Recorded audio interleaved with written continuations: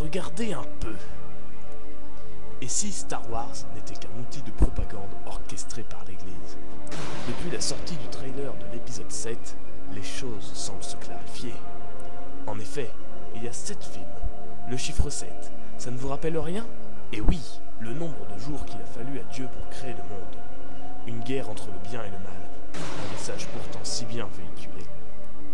Quelques personnages partagent certaines ressemblances avec ceux décrits dans la Bible. D'un côté, Dark Maul et Satan, et de l'autre, le pape Benoît XVI et l'empereur Palpatine. Et ce symbole, il ne vous rappelle rien? Une allusion évidente à celui de l'Alliance des Rebelles. Réfléchissez aussi, en quoi les Jedi se promènent-ils?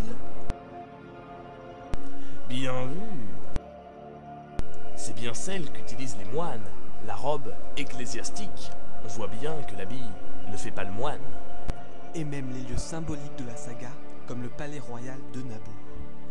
Ça saute aux yeux, c'est clairement une référence à l'église de Saint-Étienne. Et dans l'épisode 2, la guerre des clones, un passage ne vous a pas choqué?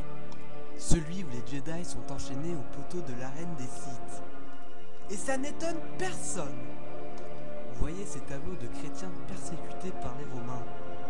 Étonnante ressemblance.